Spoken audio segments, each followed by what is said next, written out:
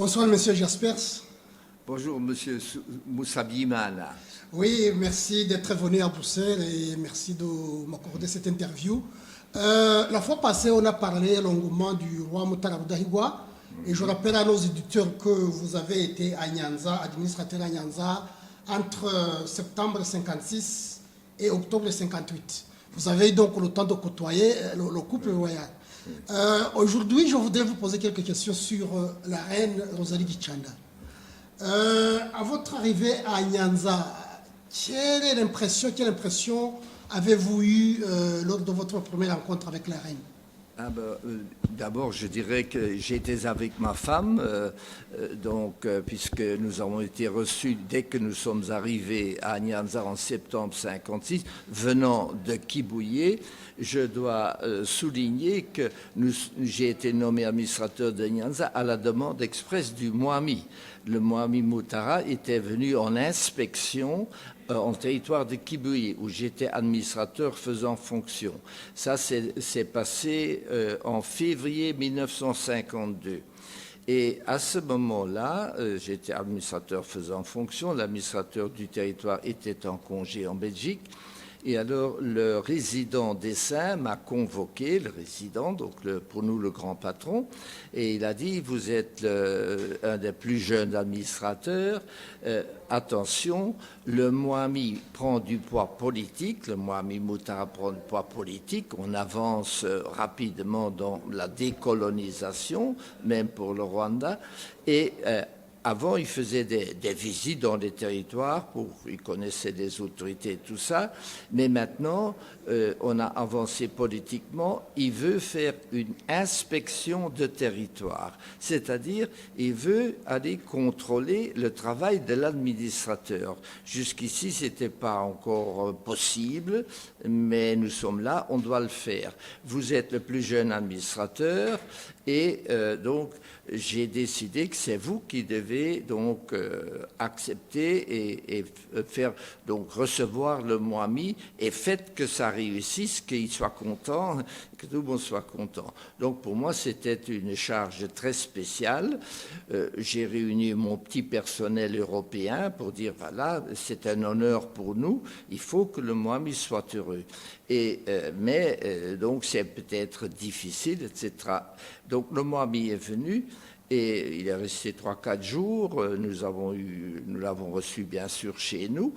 Et le résultat était que le Mwami, il m'avait rien dit. Hein, j'ai fait plusieurs réunions avec lui, mais il m'avait rien dit. Il est allé dire au gouverneur, je veux Jaspers comme administrateur à Nyanza. Et alors, dès que Régnier est revenu de Belgique en début septembre, j'ai été nommé muté à Nyanza. Évidemment, ma première visite à Nyanza, c'était chez le Mwami. Et nous sommes allés le soir, on était invités chez le Mwami, ma femme et moi, et nous avons été très très bien reçus, très gentils, et aussi la reine, donc Rosalie Gikanda, et elle était très, très gentille, charmante, avec surtout mon épouse, qui était très jeune, et elles ont bavardé, etc., et ma femme avait déjà... Elle est bavardée dans quelle langue? Est-ce qu'elle parlait français? Elle parlait un peu le français. Elle était encore en train d'apprendre chez les Sœurs Blanches le français. Mais elle parlait un peu. Moi, je connaissais déjà un peu le Kinyarwanda, évidemment, ma femme pas. Mais donc, on se débrouillait, donc ça allait assez bien. Et je souligne d'ailleurs que le Mwami, parce qu'on me l'avait demandé, me connaît parfaitement le français. Hein. Donc le Mwami était très, très instruit sur ce plan-là aussi.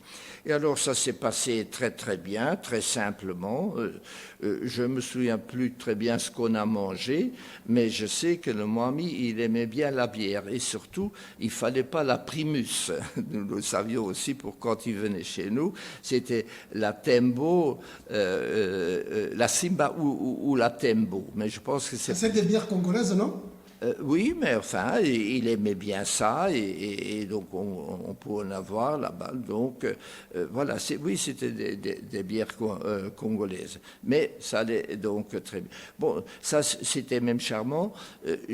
Nous avions constaté, ma femme et moi, que la reine, la Mwami Kazi, donc, elle elle ne riait pas. Elle était un peu, c'était pas timide, mais bon, elle souriait beaucoup. Elle était très gentille.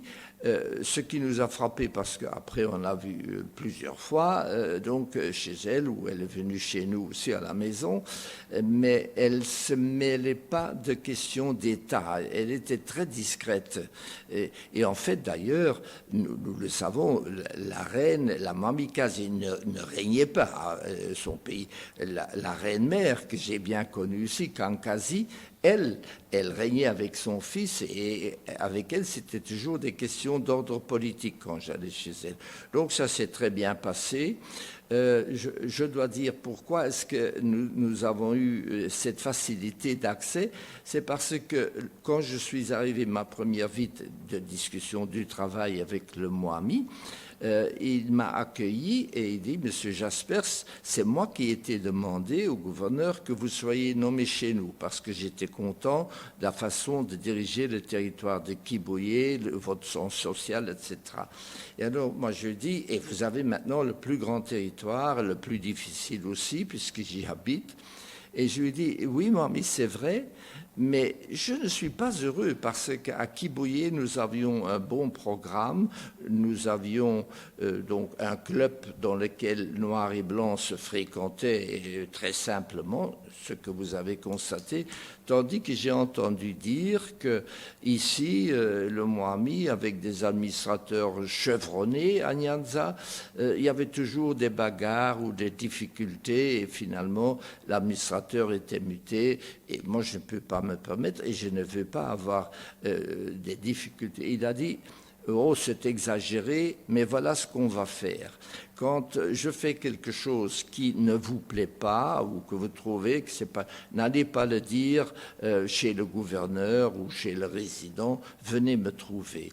Et moi, je vous dis aussi, quand vous faites quelque chose que je suis pas content, j'irai chez vous et on en discutera. Comme ça, on se tient à ça. Donc, c'est un travail de confiance entre vous et moi. Et je dis merci, Moami, c'est ce qu'on va faire et c'est ce qu'on a pu faire effectivement. Oui, j'ai encore une question de curiosité. Vous avez dit que le Moami aimait de la bière, oui, surtout congolaise. Vous avez été à table chez lui plusieurs fois. Ouais. Qu'est-ce que ce couple royal pouvait donner comme mets à un invité de marque comme vous? Qu'est-ce qu'il y avait à table? Disons que je n'étais pas tellement un invité de marque, hein, j'étais l'administrateur du territoire, mais effectivement, mais je ne sais pas, moi, rien de spécial, donc c'était bon, des pommes de terre, c'était de la viande de bœuf, bien sûr, quelquefois nous avons eu, je pense, aussi du riz, il y avait de la bière, le Moami aime bien le whisky. Il y avait du whisky aussi avant ou après, donc le repas, ça oui. Et nous le savions. Mais rien de spécial. Ici, j'ai quand même une anecdote à raconter. Ça, c'était donc au jubilé des 25 ans de règne du Moami.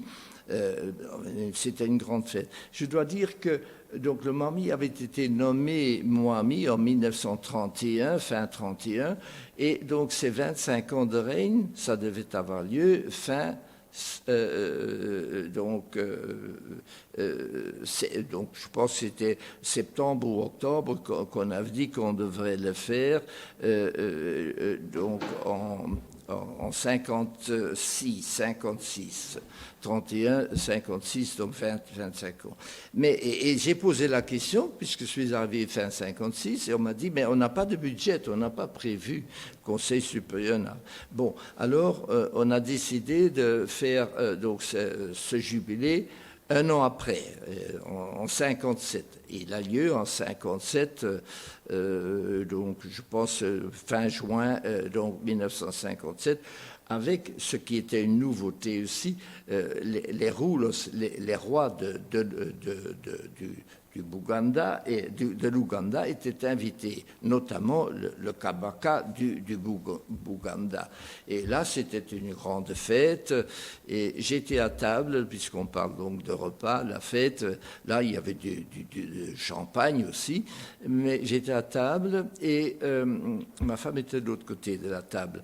Mais j'étais assis à côté du Mukama du taureau, le roi du taureau donc, et qui était très sympathique.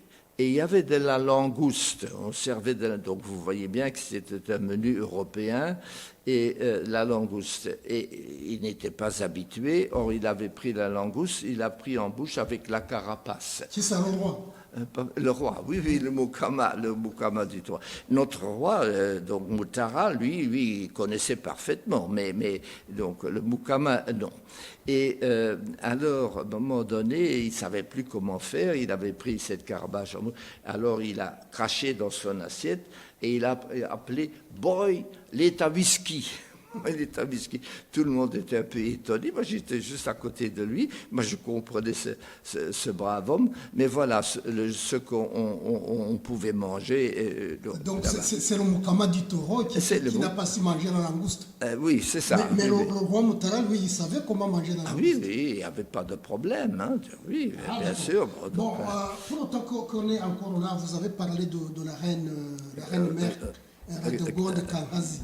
Oui. Si vous deviez faire une comparaison entre Kankazi et Gichanda. Oh ben, je dis, Gikanda était une femme très, très simple, très gentille, tandis que Kankazi, c'était vraiment, elle régnait avec son fils, hein, c'était vraiment une souveraine. D'ailleurs, elle était extrêmement, elle n'était pas aimée. Rosalie était, Gikanda, elle était aimée par les gens, mais la Kankazi était crainte. Elle dirigeait encore dans sa petite région, donc sa région, et elle avait une influence. Je savais que Mutara écoutait sa mère. Je vous dirai d'ailleurs pourquoi, comme j'avais compris dès que j'étais à Misra de Nyanza, ma première vie était le Mwami, la deuxième était Kankazi, la reine-mère, à Chiogwe, dans son petit palais, et l'évêque donc à Kapgai également. Et elle m'a reçu très très bien. Et alors, moi, je lui montrais la déférence auquel elle avait droit. D'ailleurs, je me souviens que j'ai salué, j'ai mis ma main gauche sur le bras droit, et quand je me suis incliné, et elle a apprécié ça, j'ai vu ça. Et elle me posait tout le temps des questions, un tel, qu'est-ce que tu penses, un tel, qu'est-ce que tu fais, et ce qui me permettait, moi, de lui poser aussi des questions. Un tel chef donc, de ces environs-là, donc du Chogwe, enfin du territoire de Gitarama, et elle était très au courant. Et elle me donnait des informations, mais c'était très, je dirais, très politique. D'ailleurs, là, je peux le dire parce que c'est vrai, nous avons senti que donc, le territoire de Nyanza était le plus grand, le plus peuplé, 500 000 habitants, et demi-million d'habitants. Il y avait 8 provinces. Et j'ai finalement, après un an, j'ai proposé, j'ai dit le territoire est trop grand, que de couper en deux, de faire le territoire de Gitarama qui était au nord, Gitarama, Kapgai, Chiogwe, et de Nyanza à part, 4 chefs ici et 4 chefs dans le nord. L'idée était aussi un peu de couper, c'était pas ami, je dois dire, mais c'était notre idée, couper un peu ce grand territoire et que la Kankazi donc, soit donc, dans le nord, dans un autre territoire que le Mwami, qui restait évidemment à Nyanza, ou le Conseil supérieur du Pic, donc là-bas. Ça s'est fait, j'ai proposé, donc, et la création de Gitarama a eu lieu. Mais donc, j'avais une très grande impression de Kankazi, de sa connaissance.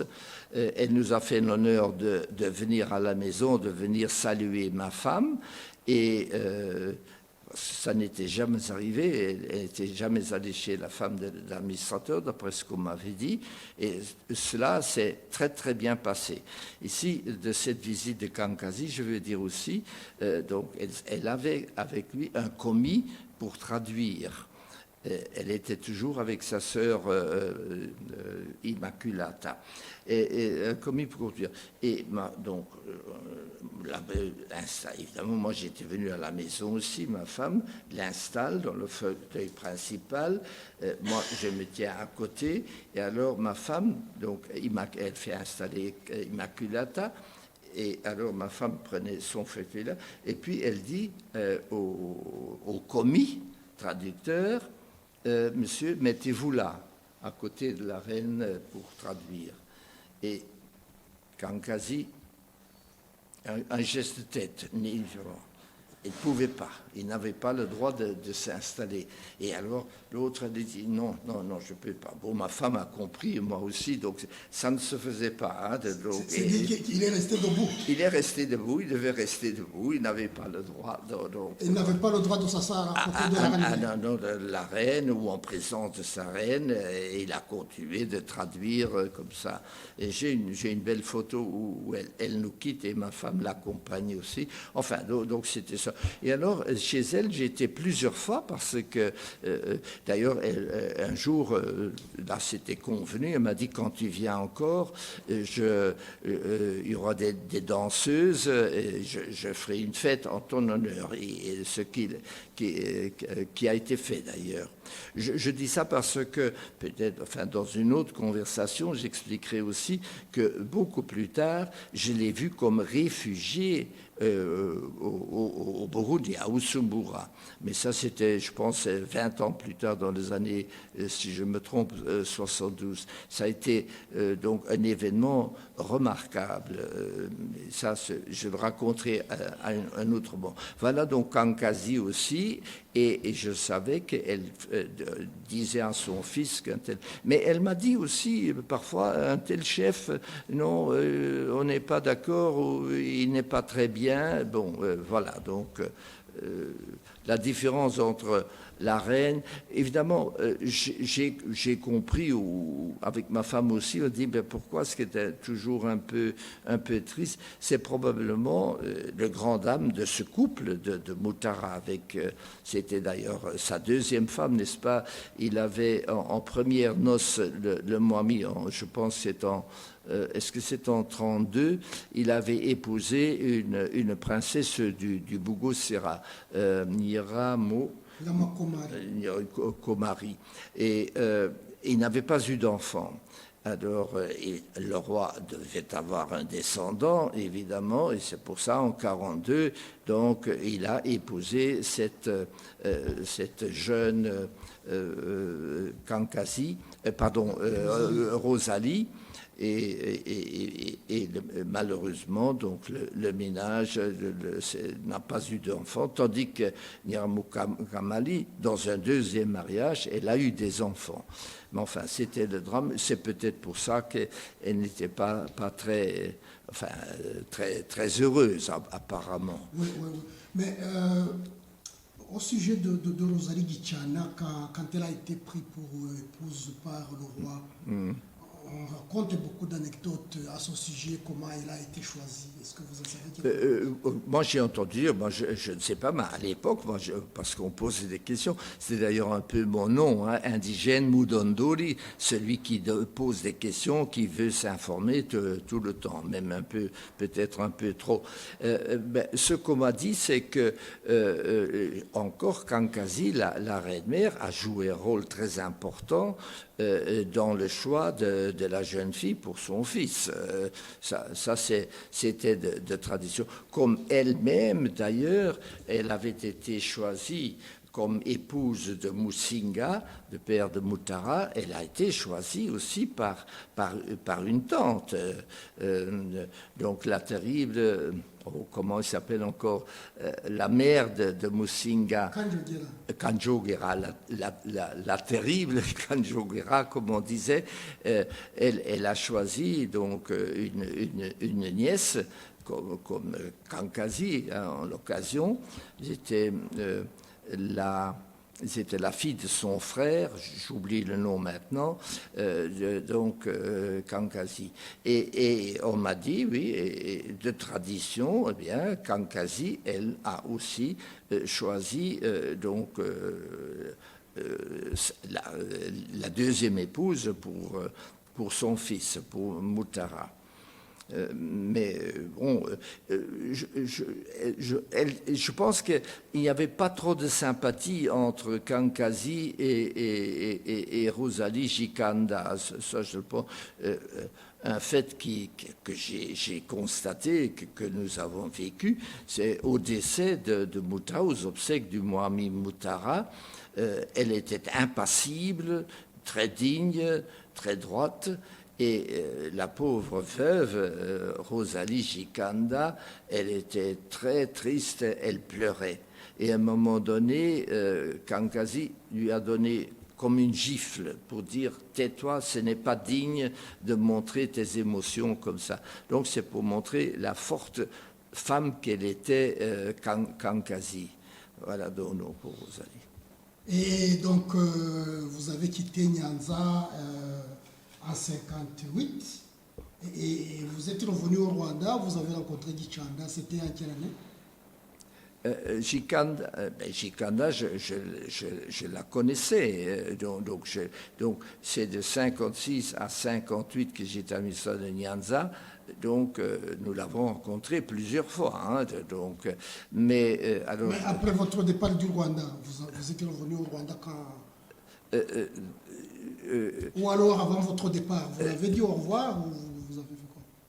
Non, voilà, donc je pars de 56 à 58, je suis à Nyanza. Fin 58, je pars en congé. J'avais fait le premier terme de 3 ans.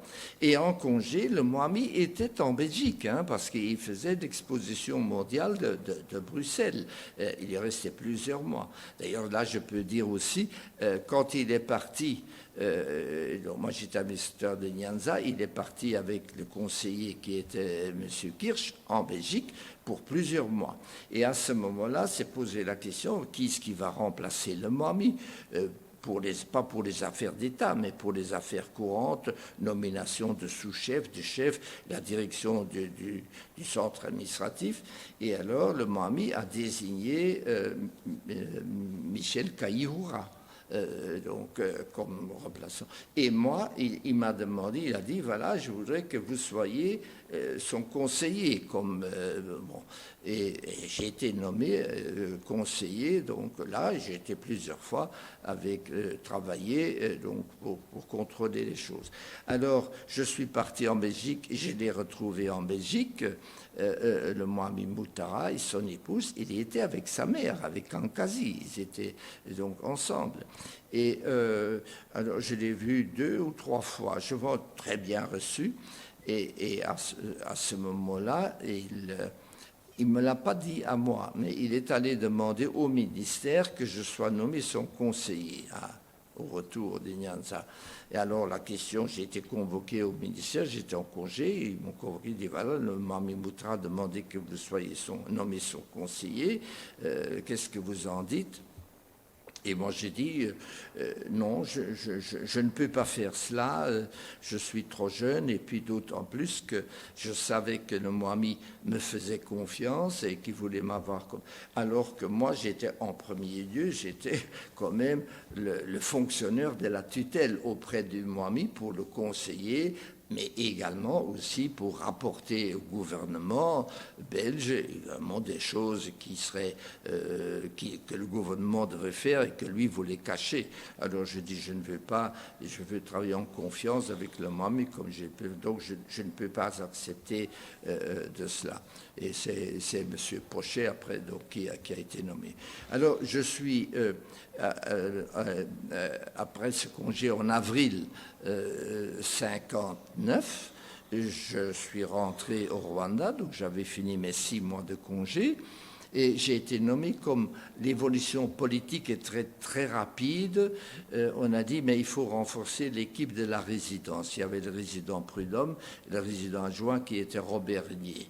Et alors, j'ai été nommé comme numéro 3, donc à cette résidence, en charge des relations entre les résidents et les administrateurs à des différents territoires. Bon, c'était un poste un peu délicat et je n'ai pas été nommé, comme je l'avais espéré, administrateur du territoire de Gitarama qu'on avait créé et qui a ouvert le 1er février. Je suis rentré donc en janvier.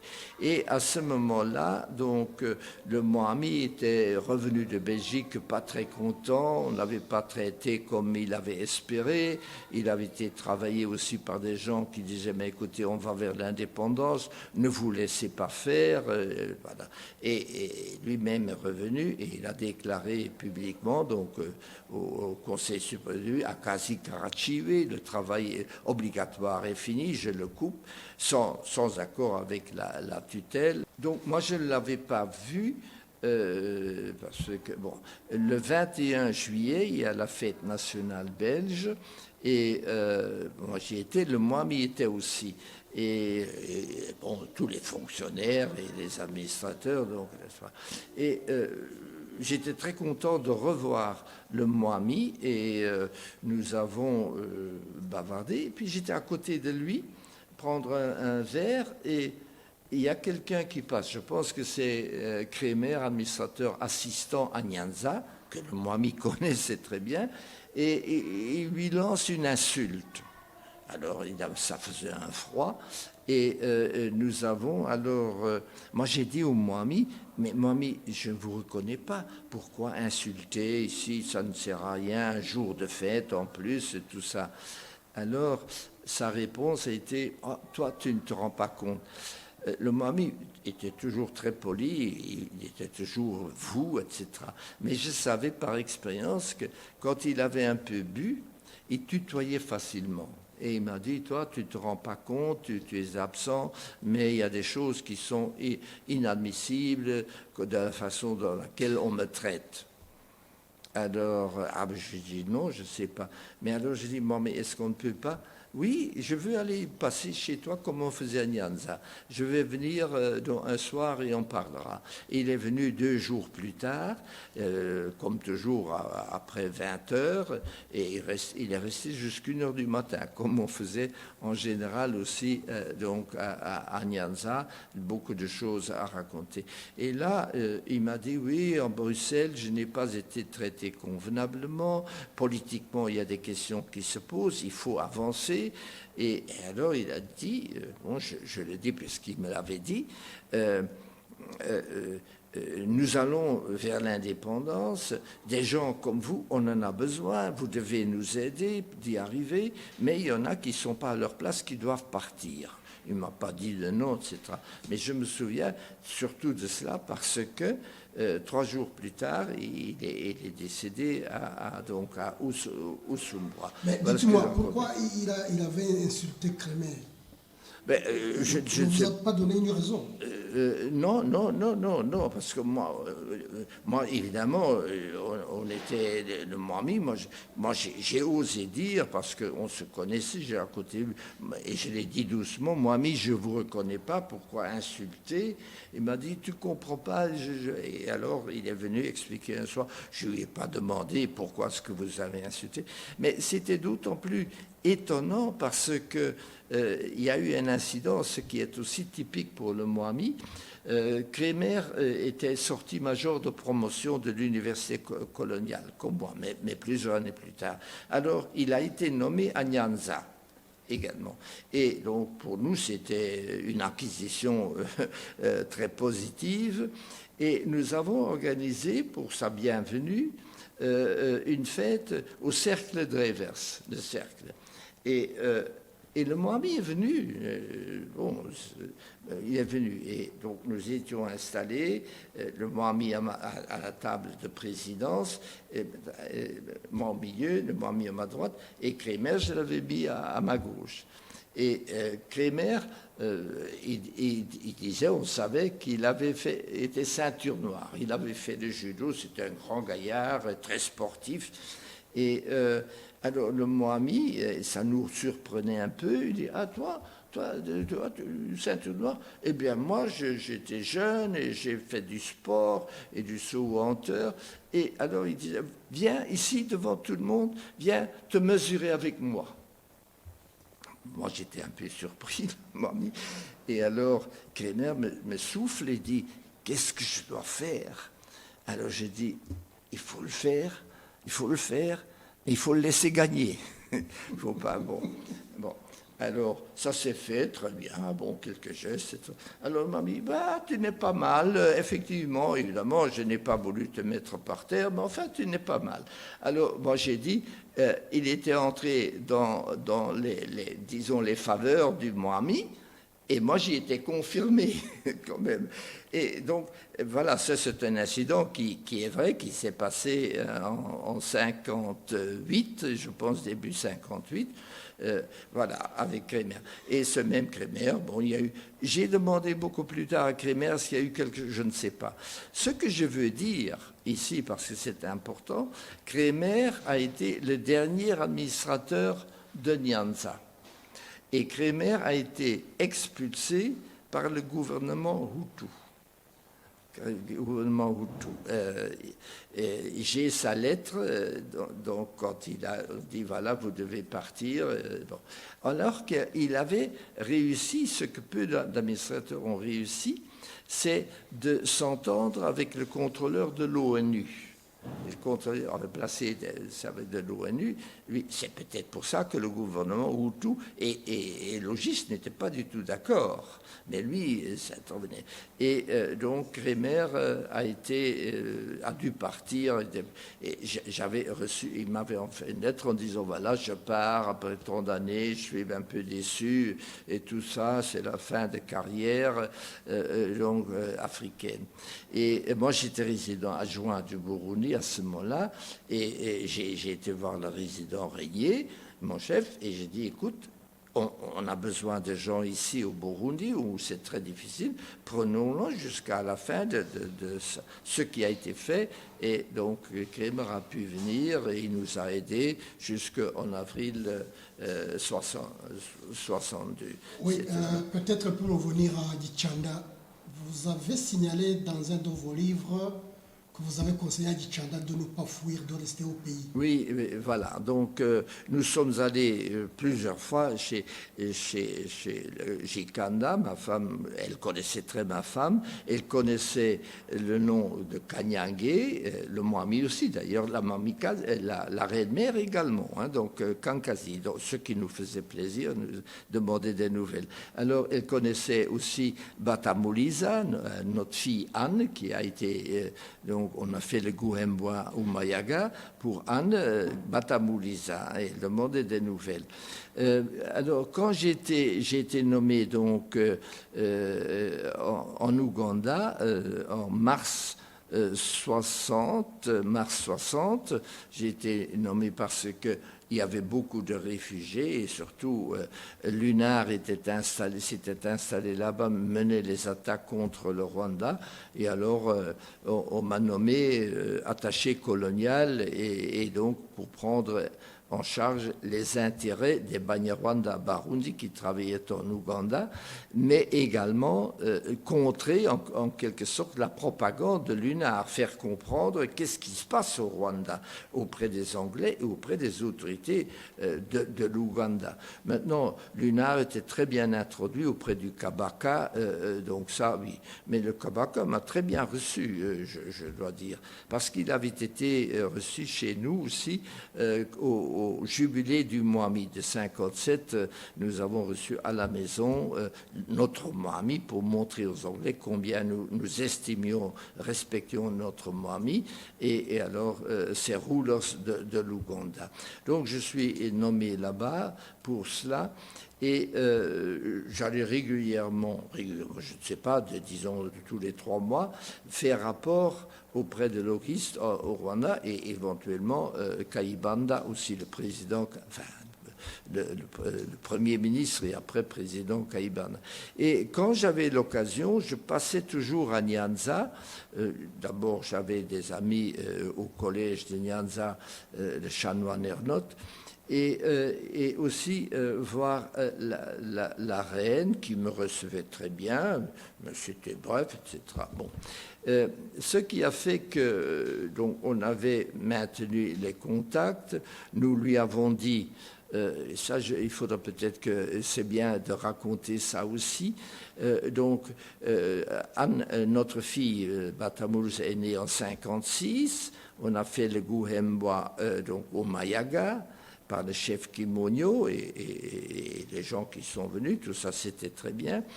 Et nous avions à Gitarama, au territoire, j'ai ouvert là le cercle, comme nous avions un cercle évolué à Kibuye, le cercle Drevers à Nyanza, j'ai ouvert le cercle, le nom était Albert Ier. Je signale ça parce que il y avait deux personnes qui étaient venus de Kibuye, qui étaient nommés là. Il y avait Léonie Bizi qui avait été mon secrétaire, il a été nommé greffier là-bas, et il y avait Simon Munyekazi qui avait été président du cercle de Kibuye. Et Simon Munyekazi a été nommé, et moi j'étais là pour l'ouverture, nommé président du cercle Albert Ier de Gitarama. Je veux dire ici, donc tout ça c'était, je dois le souligner, Tutsi. À ma connaissance, il n'y avait pas de Hutu là-dedans. Et ils sont devenus, avec les événements, adeptes de l'UNAR. Et j'ai su que Simon Munyekazi avait des contacts directs avec Kankazi, avec la reine-mère qui habitait donc tout près, donc à Chogwe. Donc tout ça.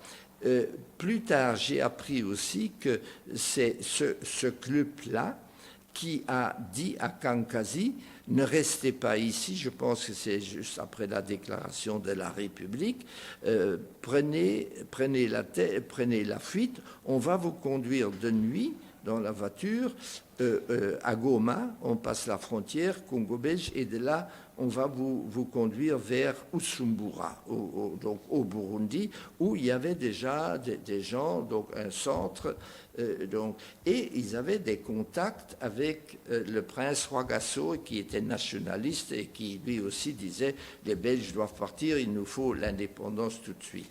Bon, donc ça c'est pour Kankazi. Alors je voyais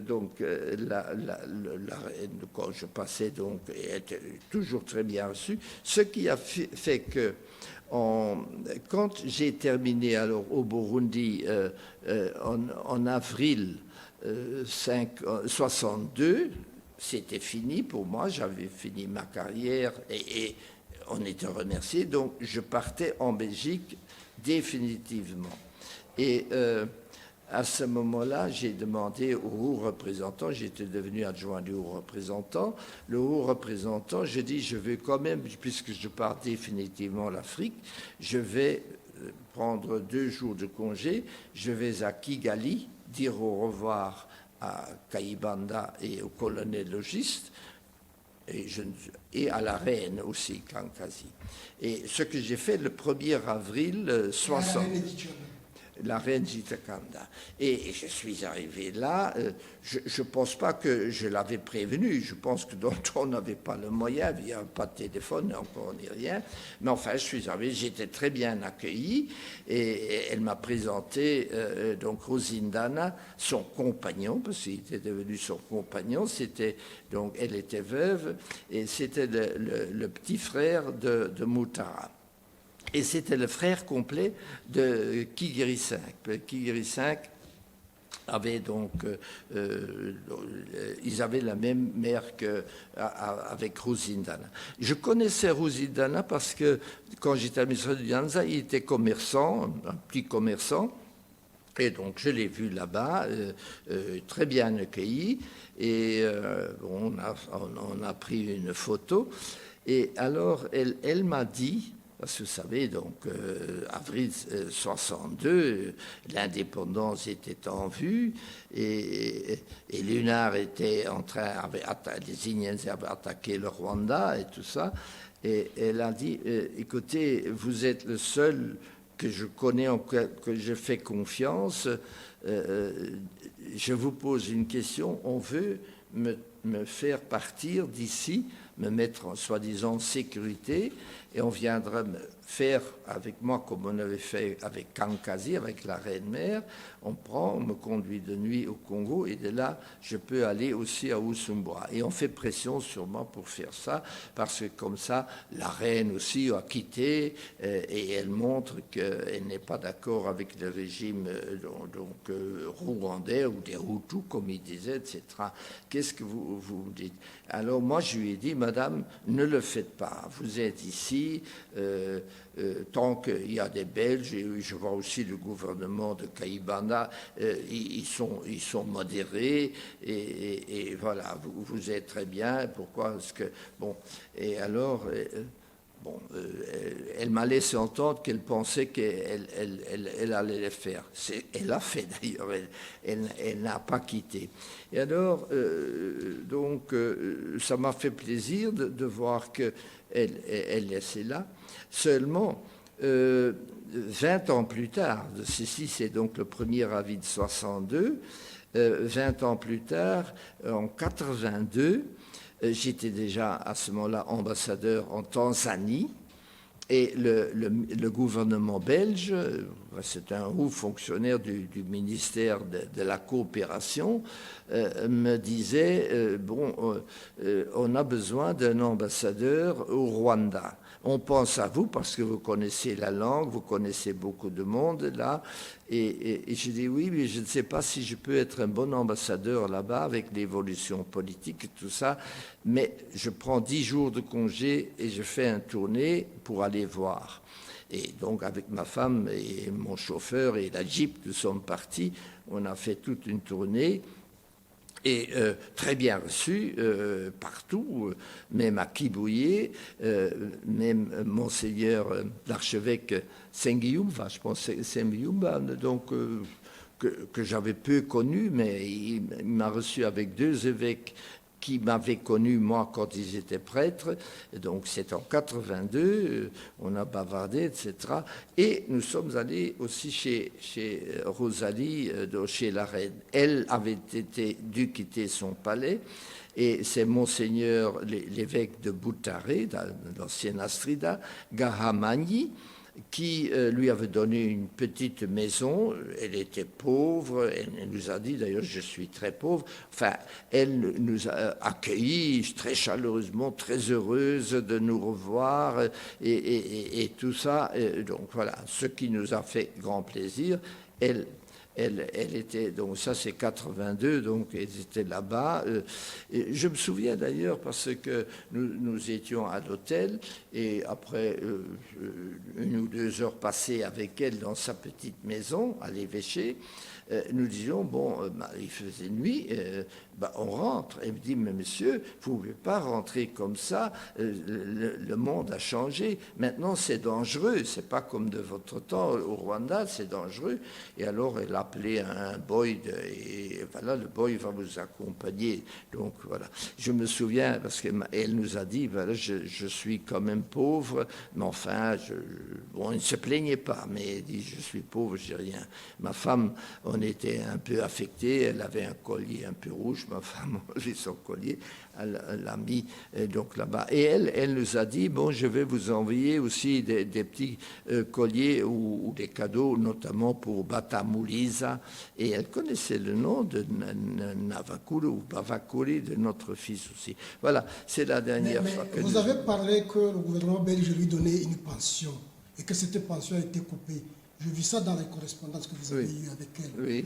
Mais pourquoi le gouvernement belge a coupé l'aide qu'elle donnait à la Parce que, bon, ça faisait... C'est pour ça d'ailleurs que j'ai dit je ne peux pas être ambassadeur de Belgique au Rwanda, parce que ce qui est arrivé, j'étais à l'hôtel et le tam-tam a travaillé.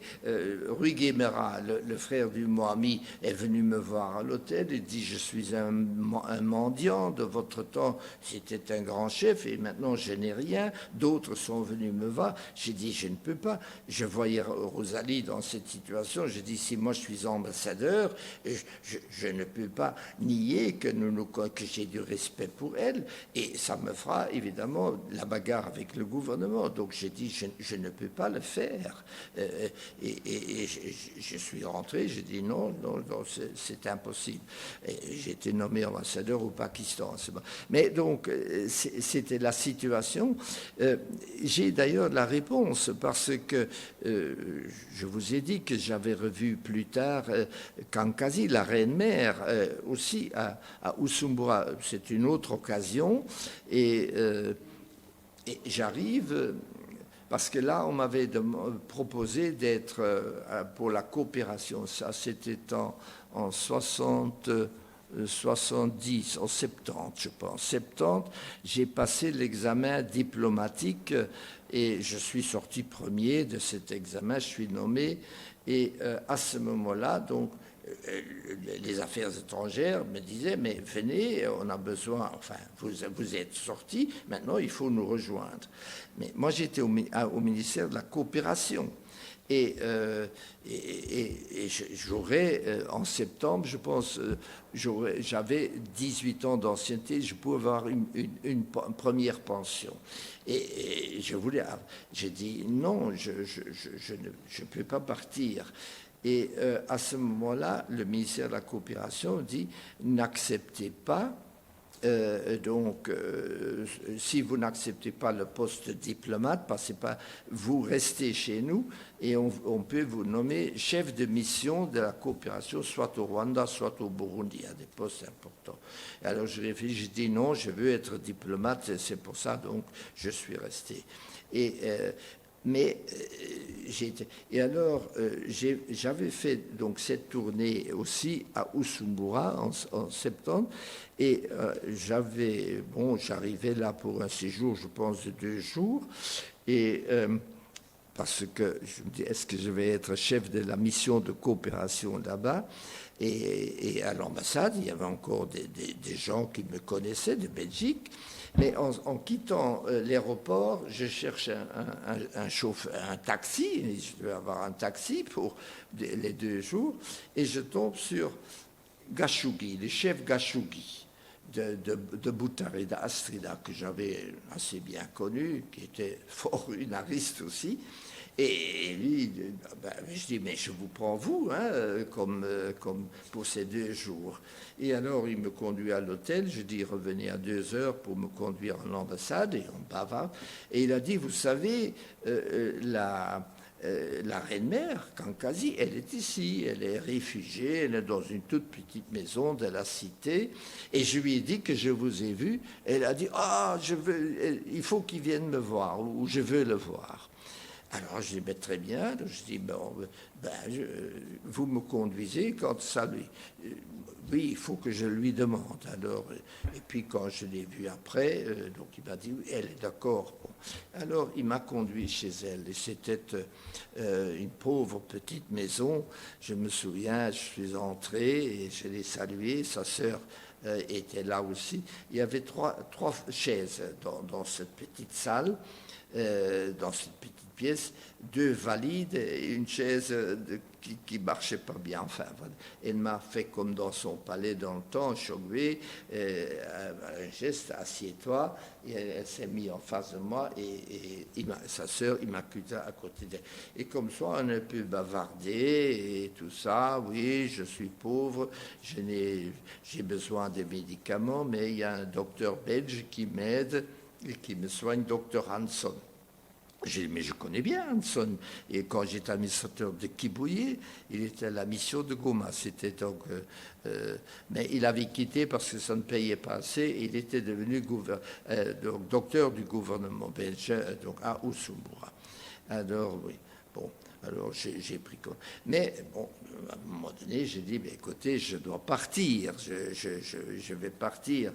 Et alors, elle m'accompagne jusqu'à la porte, et là, donc, je la salue, et elle me dit, Uzagaru Kalyani, quand est-ce que tu reviendras?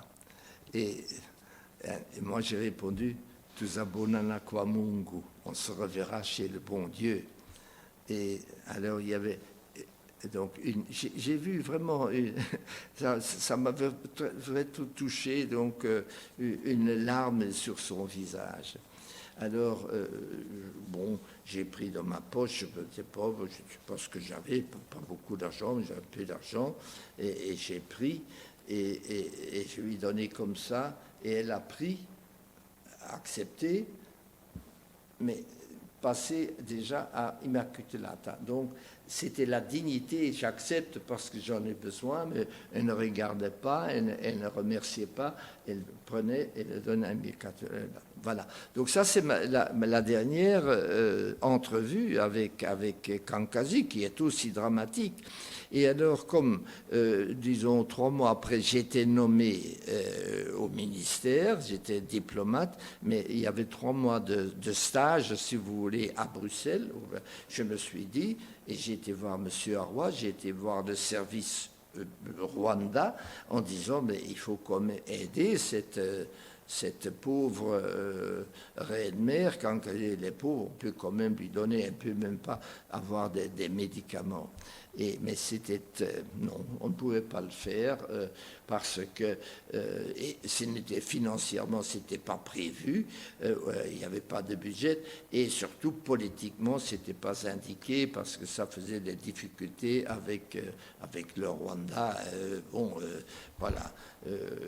Donc ça. Oui, on va terminer. Dans votre écrit, vous signalez que vous regrettez d'avoir conseillé à Rosalie Gichana de rester au Rwanda parce que peut-être si elle était partie, elle n'aurait pas été. Oui, parce que oui, effectivement, ça j'ai su plus tard aussi, donc qu'elle a eu des difficultés, mais je ne savais pas de quelle ordre. Il y a une chose quand même que je veux dire, je savais que moi m'avait dit que sa mère, que j'ai vue, donc qui est avec elle, je suis avec elle sur la photo, sa mère était avec elle, que la mère de Rosalie était une parente de Paul Kagame, du futur président du Rwanda.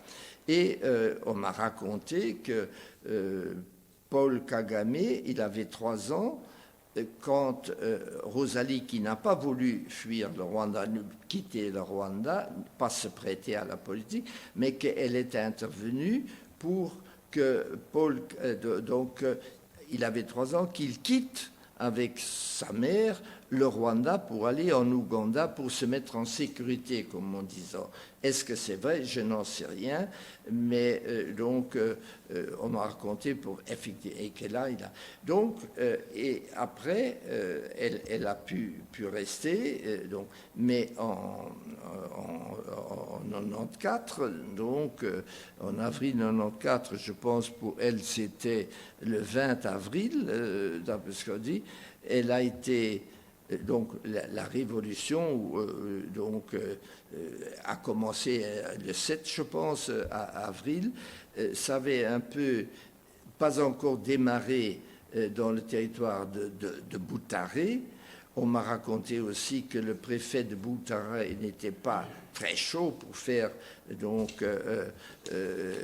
génocide contre les Tutsis et disons les opposants, mais on lui a mis le poids dessus en disant non, il faut, est-ce que tu es, voilà, et alors il a donné l'ordre donc de démarrer le génocide là-bas aussi, et on est allé, m'a-t-on dit, sortir Rosalie Chikana de sa petite maison. On l'a amenée publiquement jusque derrière le musée de Boutaré, d'Astrida, et là, elle a été violée publiquement et puis donc exécutée, enfin, ramassée.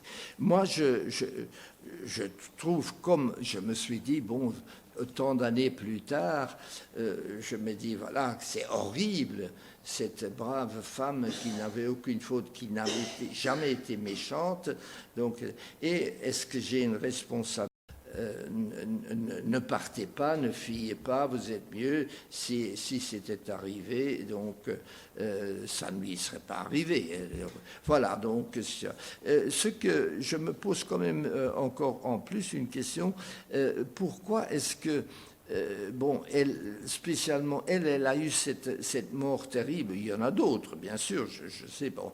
Mais est-ce peut-être aussi parce qu'on savait très bien, et le régime savait aussi, que...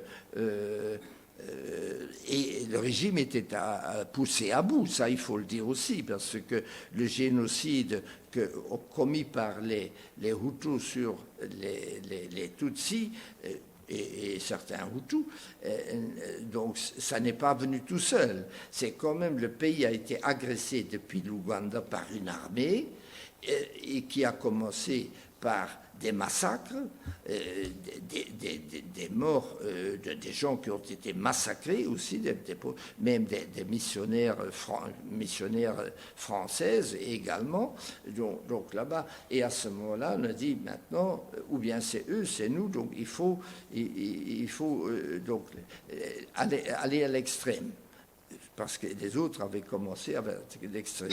Est-ce que ceux-là, ils ont su qu'elle avait fait sauver 30 ans plus tôt donc ce Paul Kagame qui maintenant attaqué, qui était le chef des attaquants, et que c'est pour ça aussi que sa mort a été aussi horrible. Je n'en sais rien, je ne veux pas donc aggraver la situation, mais il est évident qu'on peut se poser des questions, et comme j'ai dit quelque part, tant qu'on ne veut pas admettre que de part et d'autre on a commis des fautes, des erreurs d'appréciation, et que donc il n'y aura pas de réconciliation. C'est ce que je regrette moi-même. Je dis voilà. Donc. Ok, merci Monsieur Jaspers, à la prochaine.